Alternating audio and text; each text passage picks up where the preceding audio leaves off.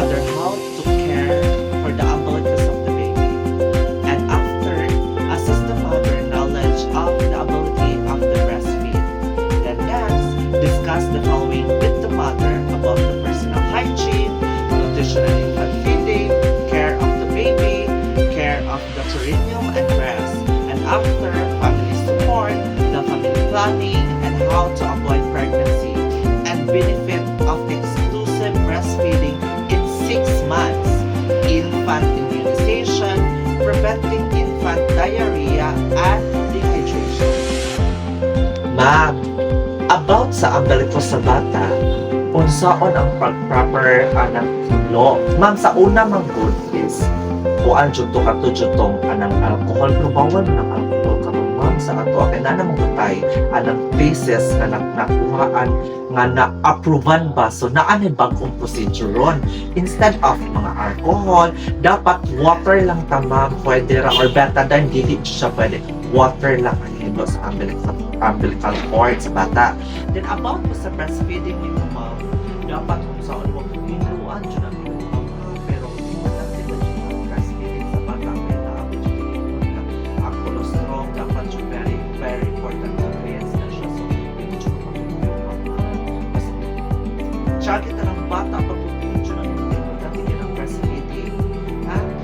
Ma'am, aside pa dyan sa katokuan, sa breastfeeding ma'am, dapat yun, wala ng mga personal hygiene, dapat nilo siya dapat na sa about sa pagkaon sa nutrition sa bata sa pag-feeding mo siya sa pagkakutan mungkin sumjud ko di na kay ikaw ang usok asa po ang bata then imong ampingan ang pagpapata o ang imong pong pag-care sa imong perineal o sa imong breast iluan siya na ma'am ha ya sa imong family support ma'am dapat naa kay family planning kay para dili ma'am do re mi fa sol la ti do ma'am nang sa atong family planning ma'am mga control ra ka na atin mga pills mga IUD dapat kaayo tag mga family planning nga ma-endorso para nimo pili lang ka o sa man pang long term or short term nga pang family planning o ang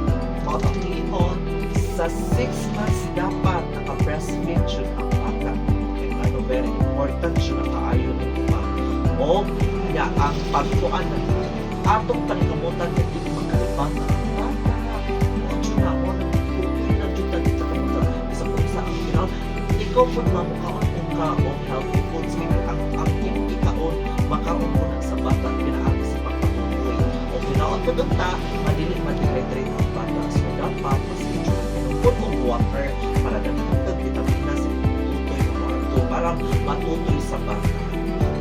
Give the mother a schedule of immunization for her baby and where to get this.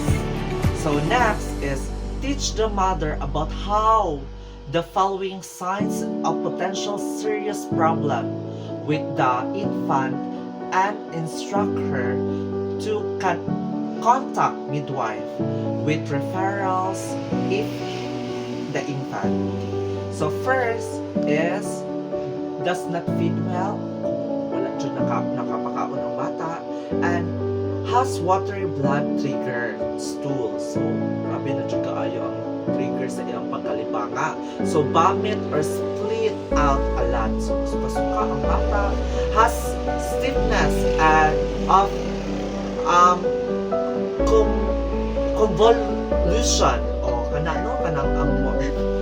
So another thing, we should teach the mother what is the serious problem that infant have. So first is we need to educate the mother to contact the midwife right away if there's a symptoms or problems that she can see like the baby does not feed well. Then the second is the baby have a blood or pink stool or bloody stool. The next is the baby vomit and split out a lot of food. And next, the baby has stiffness or convulsion. O so no, makurog-kurog ang bata. or the baby has yellow skin or eyes. So, and the lastly is the has a readiness or false discharge. So that's what we're going to educate the mother about the serious problem of the infant. So next is teaches the mother about the postpartum dangers. So mga katong akong gikuan ma'am sa akong giingon ma'am nga like sa baby to siya mga danger sign. So karon sa imuha nga danger sign, it's very you should so aware very because you should know the danger sign you have. Ha? So ang una ko na to ang imong excessive vaginal bleeding.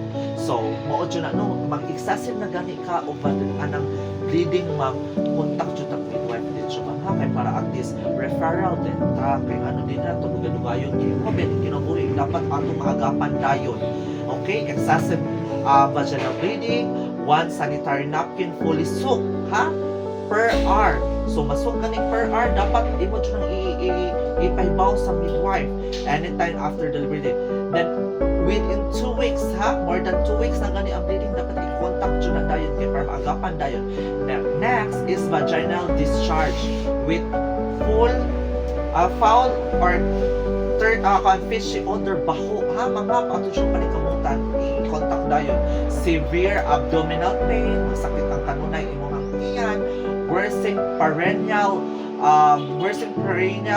pain from repaired laceration. So ikuan man ka magnogi itahi man ka mao jud na atong panikamutan mamao sakit gani kayo ipibaw jud dayon na so far imong temperature okay ra man wa man isaka to 38 and so on, so okay ra man di nakakulan.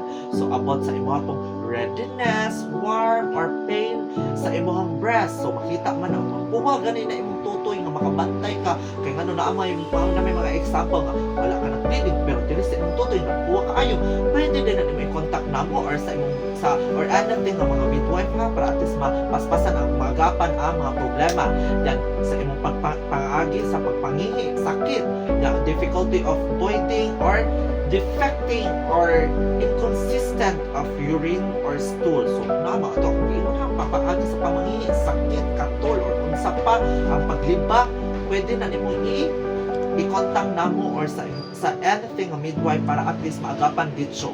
Then after na-educate naman ka sa baby o sa imuhan na-educate naman. So I will exclusive breastfeeding counseling jud ta ma'am. Ha? So akong i-discuss nimo ang importante o ang mga dili importante sa colostrum nga dapat imo jung exclusive breastfeeding.